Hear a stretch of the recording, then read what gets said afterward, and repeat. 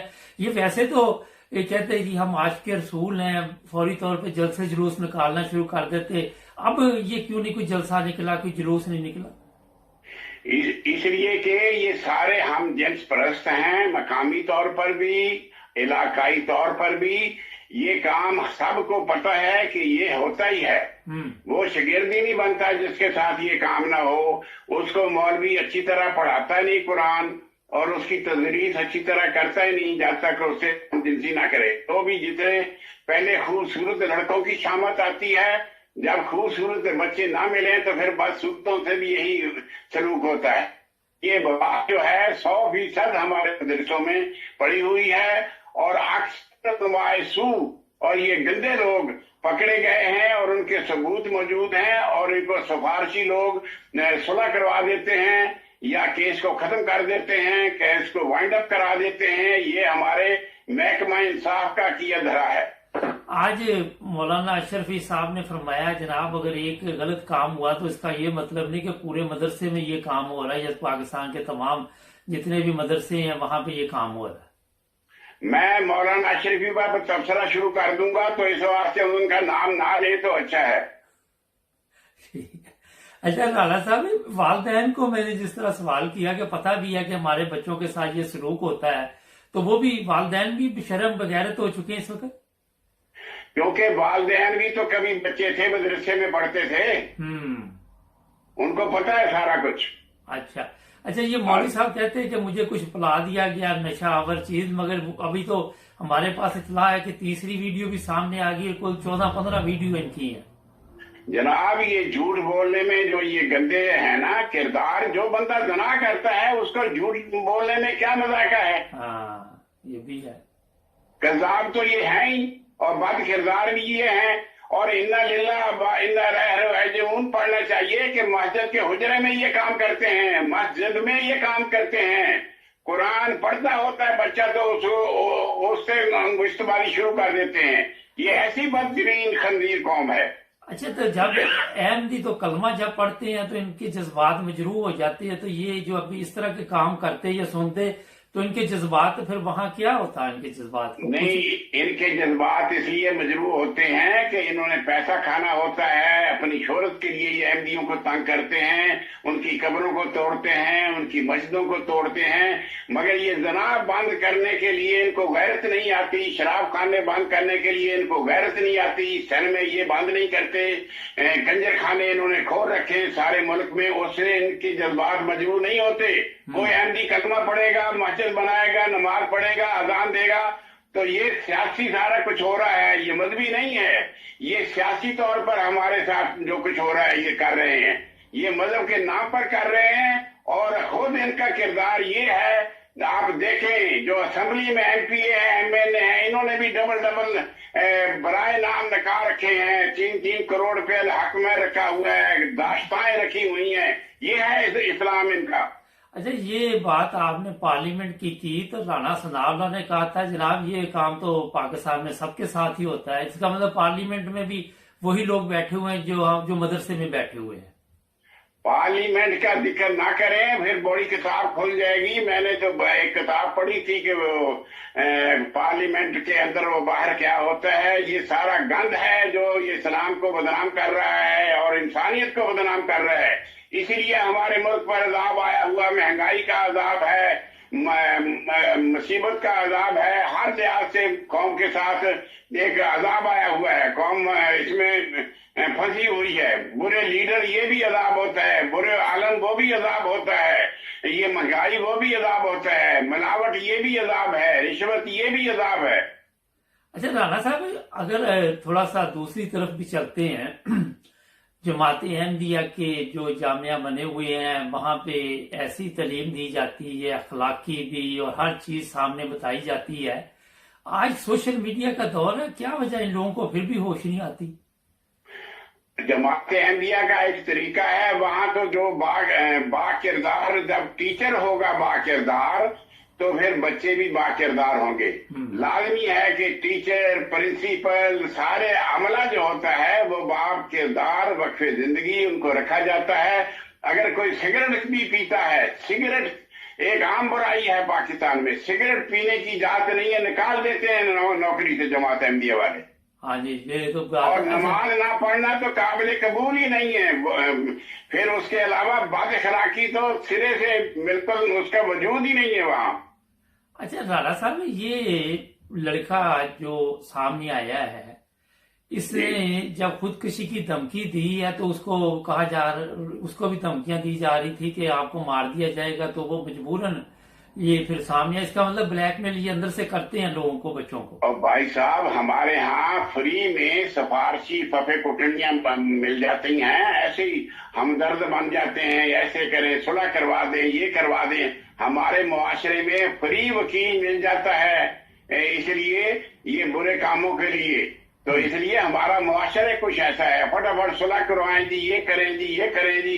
ان لوگوں کو نہ دین کے اصولوں کا پتہ ہے، نہ قرآن کا پتہ ہے، نہ پتہ ہے کہ اسلام کی کیا شان ہے، مومن کی کیا شان ہونی چاہیے، مومن کا کیا کردار ہونا چاہیے. یہ تو اپنی عورتیں لے جاتے ہیں دم کروانے کے لیے مولویوں کے پاس. وہ دم کا پھر 9 مہینے کے بعد پتہ چلتا ہے کہ کیا ہوا ہے. تو یہ رانا صاحب، یہ پھر عاشق رسول تو نہ ہوا، یہ تو بدنامی کا باعث مان رہے ہیں. یہ سارے جناب میں نہیں کہتا، ان کے علماء سو نے بھی، ان کے علماء نے لکھا ہوا ہے. یہ سارے جو مدرسے ہیں یہ برائی کی جڑ ہیں، یہ وہاں تکفیری اڈے ہیں، یہ غداری ہے، منافقت ہے اور برائی کے اڈے ہیں. یہ انہوں نے کتابوں میں لکھا ہوا ہے. آپ باقی علماء، ان کے علماء کی کتابیں پڑھیں، میں نہیں کہتا. اچھا، یہ بات بھی آپ کی بالکل درست ہے. ناظرین ایک بریک ہے، بریک کے بعد ابھی رانا صاحب ہمارے ساتھ. رانا صاحب لائن پہ رہیں، ٹھیک ہے جی. ناظرین بریک کے بعد آپ کی خدمت دوبارہ حاضر. رانا صاحب، یہ سمجھ نہیں آتی کہ جب پورے معاشرے میں اس چیز کو برائی نہیں سمجھا جاتا، اور پھر یہ کہنا کہ ہم تاجدار ختم نبوت پر ایمان رکھتے ہیں، ہم عاشق رسول ہیں، آپ کوئی بھی گناہ کر لیں مگر بس آپ کے منہ پہ یہ ہونا چاہیے کہ آپ عاشق رسول ہیں. یہ تو پھر دیکھیں میری بات سنیں، کوئی عاشق رسول نہیں ہے. یہ جتنے جہاد کی باتیں کرتے ہیں، ان کے سب کے بچے انگلینڈ میں، امریکہ میں پڑھتے ہیں، کوئی جہاد نہیں کرتا. یہ جتنے یہ جرنیل ہیں یا جتنے یہ دوسرے دیش کے مولوی ہیں، جتنے یہ بیوروکریٹ ہیں، سب کے بچے ادھر مغرب میں پڑھتے ہیں. اور کوئی بھی جہاد کے لیے نہ کشمیر میں جاتا ہے، نہ فلسطین میں جاتا ہے، نہ افغانستان میں گیا ہے. یہ عوام الناس جو جاہل ہے، جو مذہب پرست ہے، ان لوگوں کو مس یوز کر رہے ہیں. یہ سارا فراڈ ہے، کچھ بھی نہیں ہے. یہ لوگوں کو، غریبوں کو روٹی کے لیے، اس کی بھوک کو مٹانے کے لیے یہ چکمہ دیا جاتا ہے جہاد کا. اور لوگوں کے، غریب لوگوں کے گھروں میں جنازے آتے ہیں، بڑے لوگوں کے بچے کیوں نہیں شہید ہوتے؟ کیونکہ وہ جاتے ہی نہیں جہاد کے لیے. ان کو وہ تو جین پہن کر یورپ میں پھر رہے ہیں سارے. اچھا، یہ رانا صاحب جو حالات ہیں وہاں پہ بچوں کے ساتھ، جس طرح یہ منظر عام پر، یہ تو ایک آدھا کیس ہے جو آ جاتا ہے. مگر مجھے ایک ترکی میں ایک حافظ قرآن ملے تھے، انہوں نے کہا آپ سوچ نہیں سکتے کہ مدرسے میں کتنا ظلم ہمارے ساتھ ہوتا ہے. انہوں نے مجھے خود بتایا، وہ احمدی نہیں تھے. اچھا جی، میں یہ اس لیے بتایا کہ مجھے بھی یاد آ گیا.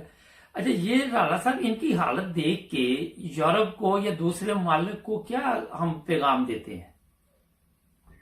ہم جو پیغام دیتے ہیں، اسی لیے تو جب ہم امریکہ جاتے ہیں، پاکستانی کوئی بھی جائے تو اس کی پینٹ اتار کر اس کی تلاشی لی جاتی ہے. ہمارا جو گرین پاسپورٹ جب وہ دیکھتے ہیں تو ان کو علیحدہ لائن میں لگا دیتے ہیں. ان کو پتہ ہوتا ہے یہ کس لیے ملک میں آیا ہے، یہ کسی فراڈ کے لیے آیا ہے، یا یہ جعلی ویزے پر آیا ہے، یا ملک میں سالم لینے کے لیے آیا ہے، یا یہ منشیات کی سمگلنگ کے لیے آیا ہے. یہ 2-4 کام ان کو پتہ ہوتا ہے کہ پاکستانی کیا کرتا ہے. تو پاکستانیوں کا کریکٹر جناب ساری دنیا میں بدنام ہو چکا ہے.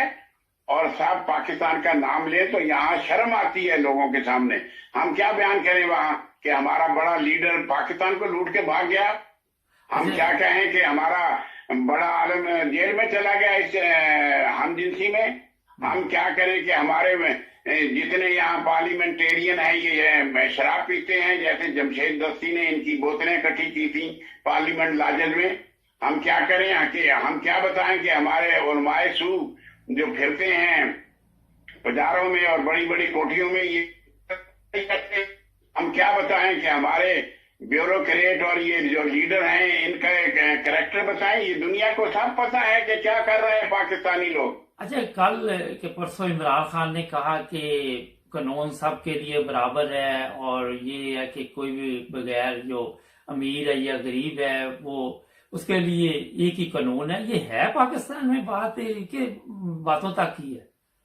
پاکستان میں آپ جیل میں جو جائیں گے نا، سارے غریب لوگ جیل میں جاتے ہیں. جو امیر آدمی وہ بیرون ملک چلا جاتا ہے. مجرم ہو، قاتل ہو، سمگلر ہو، اس کو کوئی نہیں پکڑتا. جس کے پاس روپیے ہیں، پیسے ہیں، دولت ہے، اس کو کوئی نہیں پکڑتا. آپ مین روڈ پر وہ ٹیکس بھی ادا نہیں کرے گی، سیدھی گزر جائے گی. آگے جو واچ مین کھڑا ہے یا سیکورٹی والا اس کو روکتا ہی نہیں ہے. اگر آپ چھوٹا کار میں ہیں تو وہیں رکے کھڑے رہیں گے، لائن میں کھڑے رہیں گے. ہمارے ہاں یہ طریقہ کار ہے کہ بڑے لوگوں کو پوچھتے نہیں، پتہ نہیں یار کوئی مصیبت نہ ہو جائے، کوئی جنرل نہ ہو، کوئی وزیر نہ ہو، میرا تبادلہ ہو جائے گا. پولیس والے ڈرتے ہیں.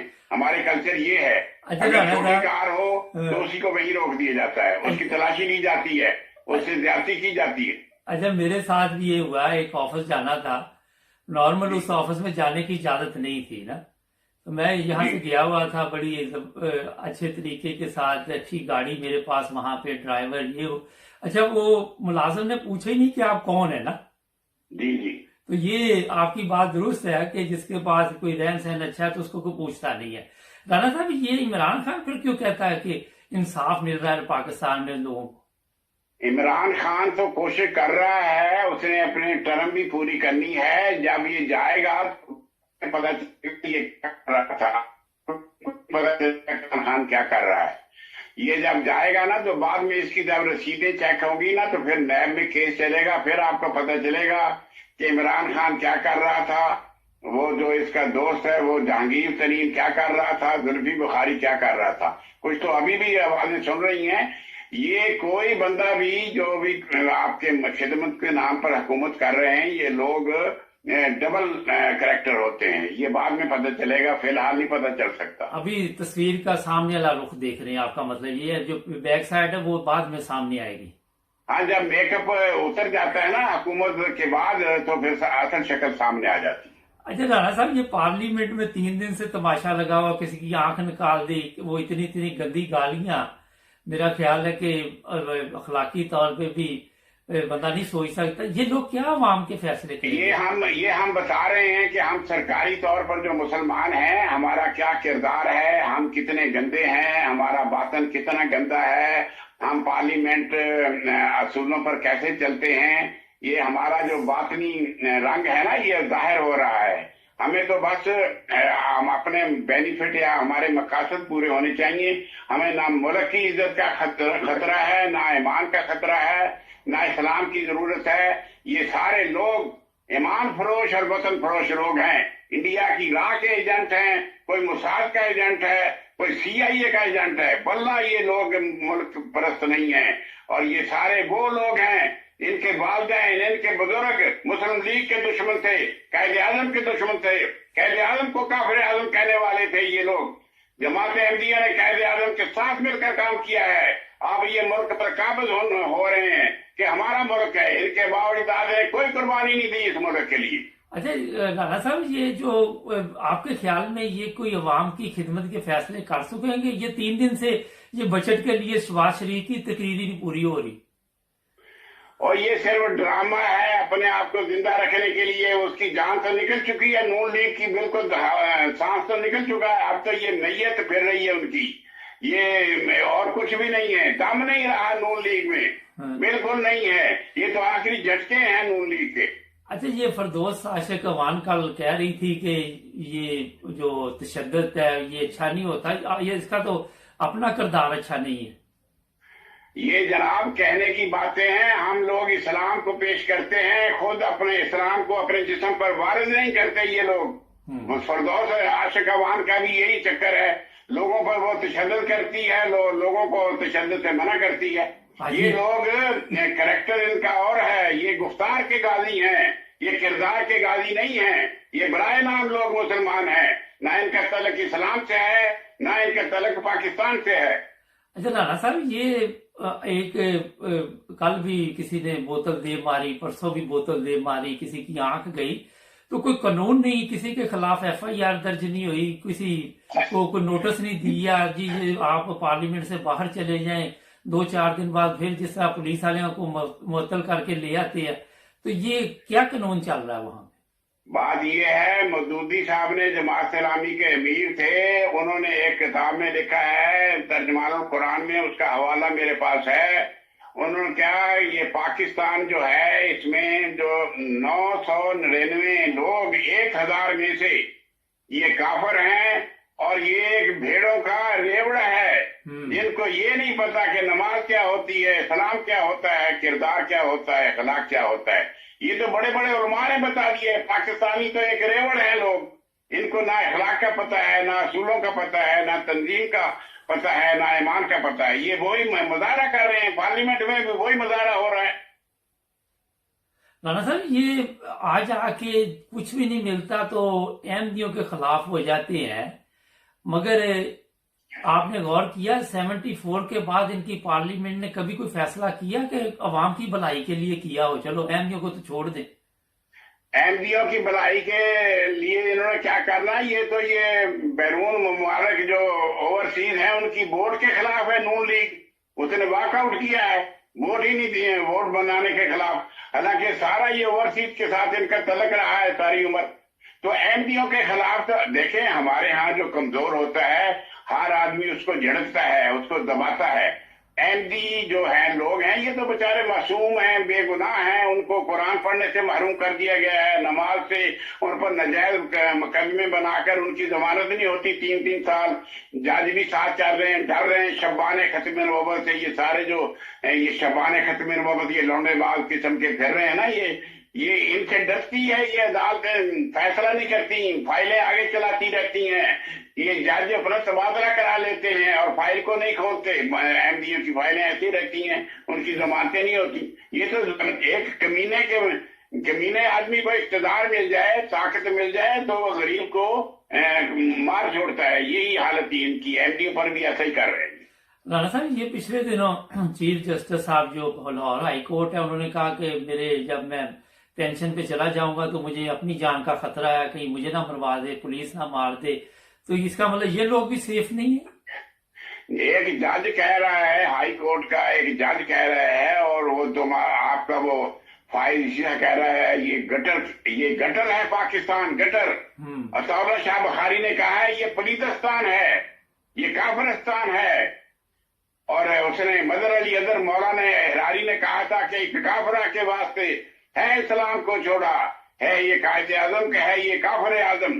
ان لوگوں کا کریکٹر یہی ہے. یہ لوگ ملک پر تبصرہ کر رہے ہیں، ملک وہی ہے جو جج فیصلہ تبصرے کر رہے ہیں، تو واقعی ملک وہی ہے. ہم کیا کریں؟ ملک کو، ملک کا ستیہ ناش ہو چکا ہے. یہ اسلام کے نام پر اگر بنا ہے تو نہ یہاں اسلام ہے، صرف اسلام آباد ہے یہاں. کل 2 دن سے میں سوشل میڈیا دیکھ رہا ہوں کہ آپ کو پتا اس پہ ہم نے کئی پروگرام کیے کہ احمدی خاتون کی تدفین کا معاملہ تھا. اچھا، یہاں پہ سوشل میڈیا پہ یہ پروپیگنڈا کیا جا رہا ہے کہ جو احمدی ہیں ان سے ہمیں خطرہ ہے نا، یہ لوگ یہ پیش کر رہے ہیں آج کل. تو احمدی تو کبھی کسی کو تکلیف بھی نہیں دیتے، احمدی تو جو مرضی ظلم ہو جائے، کچھ بھی ہو جائے، خاموش رہتے ہیں. جھوٹ لوگ بول رہے ہیں. پہلا جھوٹ تو یہ پہلے ہی خود یہ کہتے ہیں احمدی تو آٹے میں نمک کے برابر ہیں. جی، جب آٹے میں نمک کے برابر انہوں نے بیچاروں نے کیا کرنا ہے؟ یہ تو وہ اپنا حق مانگ رہے ہیں. نہ وہ کسی پہ، نہ وہ ڈاکو ہیں، نہ وہ لٹیرے ہیں، نہ وہ راشی ہیں، نہ وہ ایم پی اے ہیں، نہ وہ لیڈر ہیں. وہ تو بیچارہ اپنی زندگی کے لیے سسک کر مر رہے ہیں. آدھے جیلوں میں پڑے ہیں، کچھ لوگ وہاں سے نکل آئے ہیں، کچھ لوگ بیچارے مجبور جیلوں میں پڑے ہیں. ایک مسلی بھی گلی سے اٹھتا ہے تو 295 کا پرچہ کروا دیتا ہے. جی مجھے السلام علیکم کہا ہے. اگر کسی نے ماں کی گالی دے دی ہو اس کا پرچہ نہیں کرواتے یہ لوگ.